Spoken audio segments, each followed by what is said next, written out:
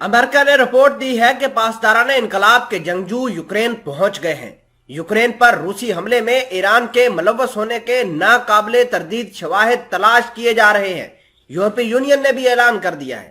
امریکہ نے انکشاف کیا ہے کہ ایرانی پاسداران انقلاب کے ارکان یوکرین میں روس کے زیر کنٹرول علاقوں میں نگرانی کر رہے ہیں۔ ان ذرائع کے مطابق ایرانی پاسداران انقلاب کے ارکان نے روسی افواج کو تربیت دینے کے لیے یوکرین میں روس کے کنٹرول علاقوں کا سفر بھی کرنا شروع کر دیا ہے۔ ایرانی پاسداران انقلاب کو امریکہ نے ایک غیر ملکی دہشت گرد تنظیم کے طور پر نامزد کر رکھا ہے۔ Institute of the study of war کی گزشتہ ہفتے شائع کی جانے والی ایک رپورٹ میں دعویٰ کیا گیا ہے کہ روس نے جو ایران سے شہید 136 ڈرونز لائے تھے ان کی تربیت لینے کے لیے روس نے ایرانی پاسداران انقلاب کو اپنے ممالک اور یوکرین کے اندر بلانا شروع کیا ہے۔ اس سے ماسکو اور تہران میں گرمجوشی کی ایک اور نئی مثال سامنے آ گئی ہے۔ رپورٹ کے مطابق 12 اکتوبر کو یوکرین کے مزاحمتی مرکز نے اعلان کیا تھا کہ ایران سے تربیت دینے والوں کی غیر متعین تعداد کریمیا میں زلینی اور ہارڈوسی کی بندرگاہ پر پہنچ گئے ہیں۔ یہ تمام تر چیزیں آج کی اس ویڈیو میں آپ کے سامنے رکھیں گے۔ چھوٹی سی گزارش ہے کہ آپ ہمارا یوٹیوب چینل حسنا ٹی وی کو سبسکرائب کر کے پاس موجود گھنٹی کے نشان کو دبا لیں تاکہ لیٹسٹ نیوز آپ تک بر وقت پہنچتی رہے۔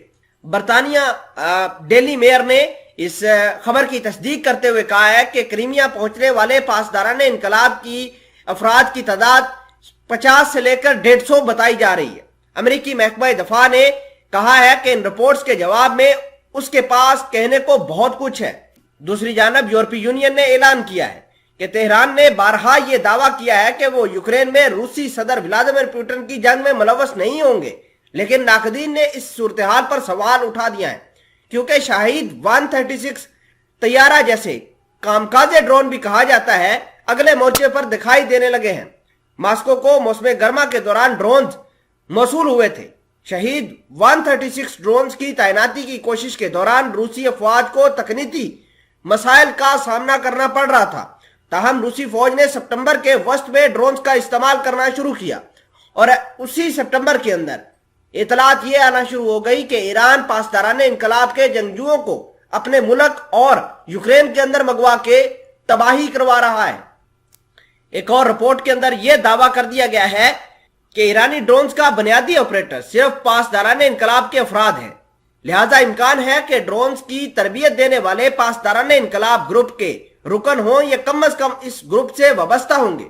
خیال رہے کہ کریمیا کے پل پر ہونے والے دھماکوں کے بعد روس نے اپنے بم حملے تیز کر دیے۔